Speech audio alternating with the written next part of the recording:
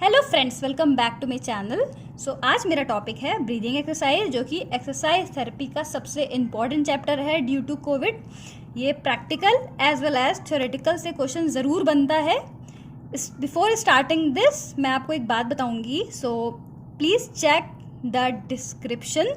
अगर आपको मेरे नोट्स चाहिए then you can go in the description box. मैंने काफ़ी नोट्स डाले हैं एंड आगे भी डालती रहूँगी। सो ब्रीदिंग एक्सरसाइज के भी नोट्स मिल जाएंगे आपको उसमें। Exercise that enhances the respiratory system by improving ventilation, strengthening respiratory muscle and increase endurance. So breathing exercise का मेन काम जो है वो है रेस्पिरेटरी मसल्स को स्ट्रेंथन देना, वेंटिलेशन को इम्प्रूव करना एंड एंड्योरेंस को बढ़ाना। बेसिकली ये पल्मोनरी रिहैबिलिटेशन के नाम से जाना जाता है।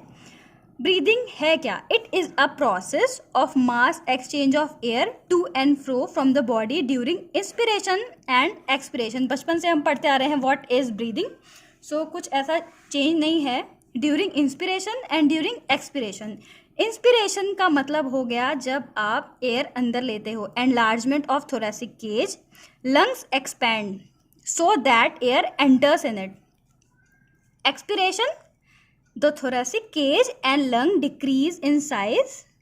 जब आप एक्सपिरेशन करते हैं मतलब जब आप सांस निकालते हैं and attain primary respiratory position so air easily pass out of lungs. So ये है एक्सपिरेशन। अब जो ज़रूरी चीज़ है वो है मसल इन्वॉल्व इन रेस्पिरेशन। सो कौन कौन सी ऐसी मसल्स हैं जो कि रेस्पिरेशन में हेल्प करती हैं? जो इंस्पिरेटरी मसल्स हैं, जब आप इंस्पिरेशन करते हैं, सांस लेते हैं, तो कौन कौन सी मसल्स हैं जो आपको हेल्प करती हैं? डायफ्रैगम, एक्सटर्नल इंटरकोस्टल, ये प्राइमरी मसल है। प्राइमरी मसल का मतलब ये हो गया कि ये सबसे इम्पॉर्टेंट मसल है, इसके बिना इंस्पिरेशन नहीं हो सकता। एसेसरी मसल्स का मतलब ये हो गया जो इसको हेल्प करती हो। जो एसेसरी मसल्स है वो है स्टेर्नोक्लीडोमास्टोइड, पेक्टोरालिस, सेरेटस एंटीरियर एंड स्केलेनी। याद कर लीजिएगा क्योंकि वाइवा में ये बहुत पूछा जाता है इंस्पिरेटरी मसल्स को लेके। अब मैं बात करती हूँ एक्सपिरेटरी मसल्स की। जब आप सांस छोड़ते हैं तो उस चीज़ को लेके कौन सी मसल्स है जो उसे हेल्प करती है? इंटरनल इंटरकोस्टल मसल जो प्राइमरी मसल है, and abdominal muscles are the accessory muscles. अब जब आप थोरेसिक केज का मूवमेंट करते हैं सो उसमें क्या क्या हेल्प करती है? Thoracic lid, upper costal series, lower costal series and diaphragm. अब मैं बात करती हूँ मूवमेंट ऑफ लंग्स की। जब आप इंस्पिरेशन करते हैं तो लंग्स का एक्सपेंशन होता है, लंग्स फूलते हैं आपके।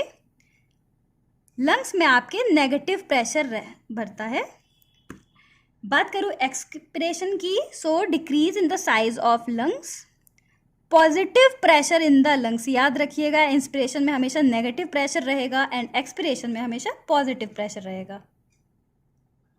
अब मैं बात करूंगी organs involve in breathing exercise. Simple है, जब आप ब्रीदिंग एक्सरसाइज करते हो तो कौन कौन से ऑर्गन्स इन्वॉल्व होते हैं? Nose, trachea, lip, bronchi, bronchiole, expiratory muscle, inspiratory muscle and your lungs. अब ब्रीदिंग एक्सरसाइज करने का गोल क्या है, एम क्या है, क्यों आपको सिखाया जाता है कि कोई भी सीओपीडी का पेशेंट हो तो उसे आप ब्रीदिंग एक्सरसाइज करवाएं? ब्रीदिंग एक्सरसाइज की वजह से उसका वेंटिलेशन इम्प्रूव होता है, पोस्टीरियर पल्मोनरी कॉम्प्लिकेशन नहीं होगा उसे, उसके लंग्स का स्ट्रेंथ बढ़ेगा, एंड्योरेंस बढ़ेगा एंड मसल की कोऑर्डिनेशन भी इम्प्रूव होगी, रिलैक्सेशन प्रमोट करेगा breathing exercise and the last is maintain और improve chest, thoracic and spine mobility. So these are the goals of breathing exercise. याद रखिएगा। अब मैं प्रिंसिपल्स की बात करती हूँ। अगर कोई भी पेशेंट आता है सो उसे आपको फर्स्टली इंट्रोड्यूस योरसेल्फ। आपको एक्सप्लेन करना पेशेंट को बहुत ज़रूरी है। आप उसे एक्सप्लेन करिए, इंस्ट्रक्ट करिए। नाउ पेशेंट का पोजीशन देखिए, असेसमेंट ज़रूर करिए कहीं उसे कोई कॉन्ट्रा इंडिकेशन तो नहीं है। Evaluate the patient, demonstrate the breathing exercise. Areas should be quiet where therapist can interact without any disturbance. वो एरिया शांत होना चाहिए जहाँ वो अपने पेशेंट को ठीक से बता सके। अब मैं प्रिकॉशंस की बात करती हूँ। Never allow a patient to forcefully expiration. याद रखिए, अगर आपके पास कोई पेशेंट आता है सो उसे मना कर दीजिए, कोई भी फोर्सफुल एक्सपिरेशन ना करे। Don't allow a patient to take a very prolong expiration. सबसे ज़रूरी चीज़, टाइप्स ऑफ ब्रीदिंग एक्सरसाइज, ये याद रखिए क्योंकि सबसे इंपॉर्टेंट ब्रीदिंग एक्सरसाइज में उसके टाइप्स हैं। Diaphragmatic breathing, glossopharyngeal breathing, purse lip breathing and segmental breathing, जिसके अंडर 3 पार्ट्स है। अब मैं एक एक को बताऊंगी विद डायग्राम। बहुत इंपॉर्टेंट है बच्चे, याद ज़रूर रखिएगा, पेपर में ज़रूर आएगा and I am 100% sure. Diaphragmatic breathing. Diaphragm is the primary muscle for breathing. Inspiration के लिए डायाफ्रैग्म सबसे इंपॉर्टेंट पार्ट है, मसल है। Diaphragm control breathing at on involuntary level. Diaphragmatic exercise से क्या होगा, रेस्पिरेटरी कॉम्प्लिकेशन इंप्रूव होगी एंड लंग सिक्रीशन भी मोबिलाइज होगा। जो हम चेस्ट फिजियोथेरेपी देते हैं उसमें डायाफ्रैग्मेटिक ब्रीदिंग एक पार्ट प्ले करता है।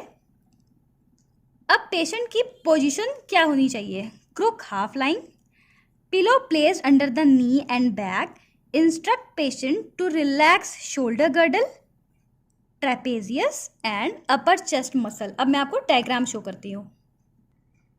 अब थेरेपिस्ट का क्या पोजीशन होना चाहिए, हमेशा पेशेंट के साइड में रहना है। Side of the patient, hand placed over the rectus abdominal just below the anterior costal margin. क्या प्रोसीजर है, ये है diagram. Ask the patient to breathe in a slowly and deeply through nose, then ask the patient keep the shoulder relaxed and allow the abdomen rise. Then ask the patient to slowly let all the air out using controlled expiration. Patient को 3 से 4 बार ये करना है। इसकी वजह से जो भी COPD का पेशेंट हो या मैं बात करूँ कोविड में भी ब्रीदिंग एक्सरसाइज ज़रूर दी जाती है। So this is the procedure of diaphragmatic breathing. अब आता है ग्लोसोफेरेंजियल ब्रीदिंग, जिसको हम फ्रॉग ब्रीदिंग कहते हैं, जिसकी वजह से इंस्पिरेटरी कैपेसिटी इंक्रीज होती है। पॉलियोमियलाइटिस, पॉलीन्यूरोपैथी या GBS, इन सब चीज़ों में ये सजेस्ट किया जाता है। सो प्रोसीजर की बात करूँ, so patient takes air through the mouth, then close the mouth, lung pushed air back into the pharynx, then open the glottis and the air enter in the lung. It increases the depth of inspiration due to which vital capacity is increased. Nasal breathing, ये आपको 3 से 5 बार करना है। सबसे ज़रूरी चीज़ ये dyspnoea में, अगर पेशेंट को सांस लेने में दिक्कत हो रही है COPD के केस में, देन आप ग्लोसोफेरेंजियल ब्रीदिंग बता सकते हो उसे, जिसे हम डिस्निया या COPD में देते हैं ना। ग्लोसोफेरेंजियल ब्रीदिंग के बाद अब मैं बात करती हूँ आपसे purse lip breathing. Purse lip breathing बहुत इंपॉर्टेंट है, जो कि अक्सर आता है। It helps to improve ventilation and it move old air out of the lung and allow new air to enter the lung. आपको इसमें करना क्या है, आपको एक कैंडल लेनी है एंड जैसे आप बलून को ब्लो करते हो उसी तरह से आपको ये एक्सरसाइज करनी है। आपको इस तरह से ब्लो करना है जैसे आपसे कैंडल ना बुझे, फोर्सफुली होना चाहिए। And the important thing is that कि काफ़ी इम्पॉर्टेंट है और ये अक्सर दिया जाता है पेशेंट को। पेशेंट का पोजीशन क्या होना चाहिए, comfortable, relaxed in supine and sitting position. Procedure: ask the patient to breathe slowly and deeply through the nose. Then breathe out gently through pursed lip breathing, blowing on and bending the flame of a candle. जैसा मैं आपको बताया just अभी, आपको candle को blow करनी है and उसके फ्लेम का बेंड होना ठीक है, लेकिन वो बुझनी नहीं चाहिए। By providing slight resistance on increased passive pressure will generate within the airway, help to keep open the bronchioles that otherwise collapse. So this is pursed lip breathing. इसके बाद अब मैं बात करती हूँ सेगमेंटल ब्रीदिंग की, जिसके under 3 parts are there. Perform on a segment of lung. एक सेगमेंट पे आपको किस तरह से ये ब्रीदिंग एक्सरसाइज बतानी है वो मैं डायग्राम से शो करूँगी आपको। इसके सब टाइप्स हैं lateral costal expansion, posterior basal expansion, apical expansion and right middle lobe expansion. Lateral costal expansion में आपको क्या करना है, this is the patient. Therapist को अपने हाथों को लोअर लेटरल केज पे प्लेस करना है। It may be unilateral and bilateral the treatment hand, मतलब जो थेरेपिस्ट का हाथ होगा वो रेजिस्टेंस प्रोवाइड करेगा लोअर लेटरल एस्पेक्ट में रिब केज के, एंड पेशेंट को सिटिंग और सुपाइन पोजीशन में रखना है। अब बात करती हूँ पोस्टीरियर बेसल एक्सपेंशन की। It is most important for post surgical. The hand of the therapist place posterior aspect of lower rib. अभी मैंने आपको जस्ट एंटीरियर बताया एंड ये है पोस्टीरियर। ये है डायग्राम। थेरेपिस्ट के हाथों को पीछे की तरफ प्लेस करना है लोअर रिब के पास एंड रेजिस्टेंस प्रोवाइड करनी है। This is posterior basal expansion. अब मैं बात करती हूँ एपिकल एक्सपेंशन की। अगर ये क्वेश्चन आता है देन डायग्राम ज़रूर बनाइए, बहुत अच्छे मार्क्स मिलेंगे, I am damn sure. Applying pressure below the clavicle with in the fingers. Apical है सो क्लेविकल बोन के पास उसके जस्ट नीचे आपको प्रेशर अप्लाई करना है। पेशेंट का सिटिंग पोजिशन में हमेशा रहेगा। This is apical expansion. Right middle lobe expansion, जिसे हम लिंगुला एक्सपेंशन भी कहते हैं। While the patient in sitting position, your hand placed at either the right or left side of the patient, chest just below the axilla, and follow same procedure in lateral coastal expansion. अब मैं indications की बात करूँगी, कहाँ कहाँ आपको breathing exercise देनी है। सिस्टिस फाइब्रोसिस के केस में या थोरेसिक एब्डोमिनल सर्जरी के बाद, न्यूरोमस्कुलर डिजीज़ में, निमोनिया के केस में, chronic obstructive pulmonary disease as in asthma in case of scoliosis, kyphosis, lordosis, spinal cord injury। Bed ridden patient को ये देना बहुत ज़रूरी है बिकॉज इमोबिलाइजेशन की वजह से काफ़ी सिक्रीशंस जमा हो जाते हैं उनके लंग्स में। सो अगर आप उसे ये बताएंगे सो उसे ब्रीदिंग प्रॉब्लम बिल्कुल नहीं होगी। Airway obstruction due to retain secretion. अब कॉन्ट्राइंडिकेशन कहाँ कहाँ आपको ये बिल्कुल नहीं देना है।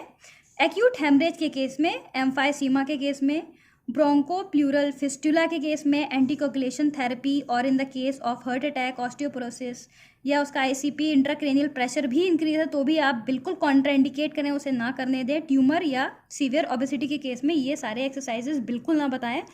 So this is all about your breathing exercise. अगर आपको नोट्स चाहिए then go in the description box. So thank you for watching my video and keep supporting me. Thank you.